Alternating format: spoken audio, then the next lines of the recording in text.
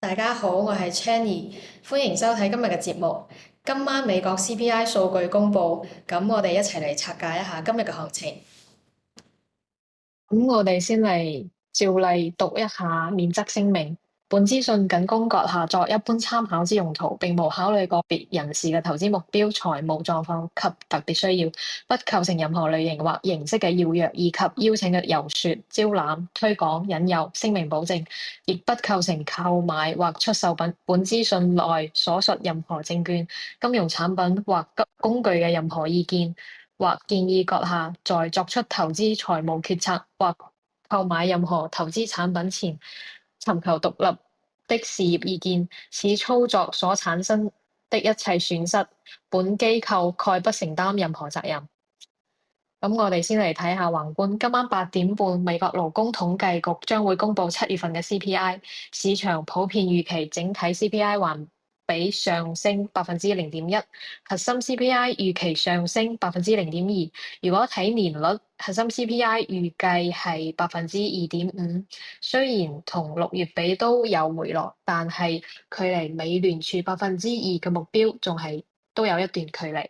咁大家都要留意，最近市場對於減息嘅預期係好反覆嘅。CME Fed Watch 顯示，交易員睇9月份加息嘅概率仲有50%。咁就建議大家今晚重點關注核心 CPI 嘅月率，如果低於0.2%，股市利好嘅話，美元走弱；如果高於0.2%，股市就可能要承壓啦。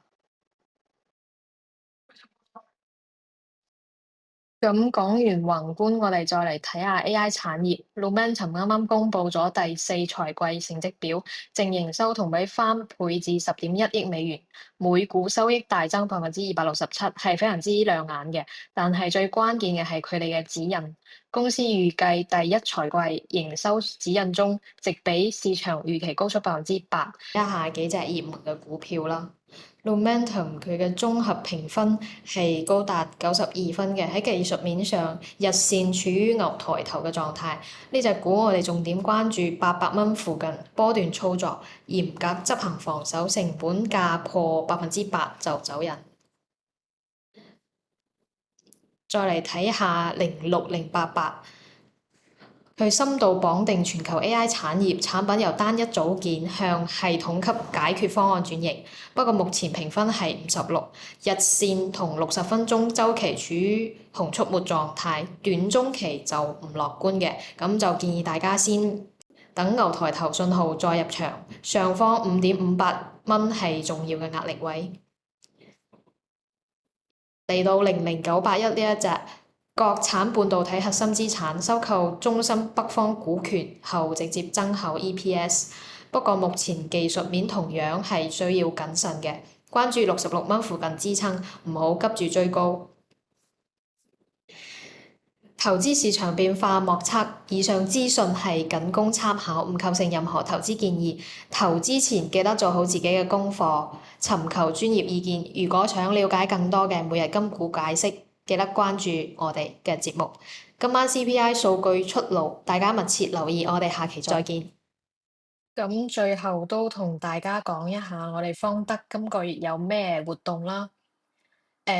每邀請一位朋友開戶同埋入金大於5萬，要留存60日嘅話咧，就可以攞到1000蚊嘅現金券。咁福利二咧就係好友達標10人就可以攞到2000蚊現金券，20人咧就可以攞到5000蚊嘅現金券。咁去到30人，咁你就可以攞到1萬蚊嘅現金券。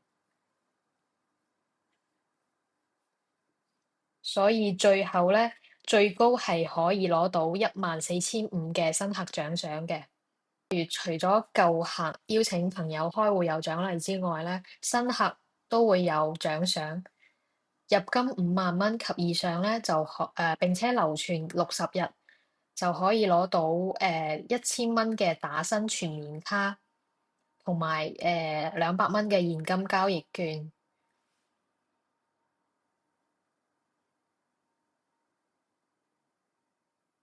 滿足淨入金嘅條件咧，就可以攞到800蚊同埋800蚊現金券同埋800蚊嘅交易現金券。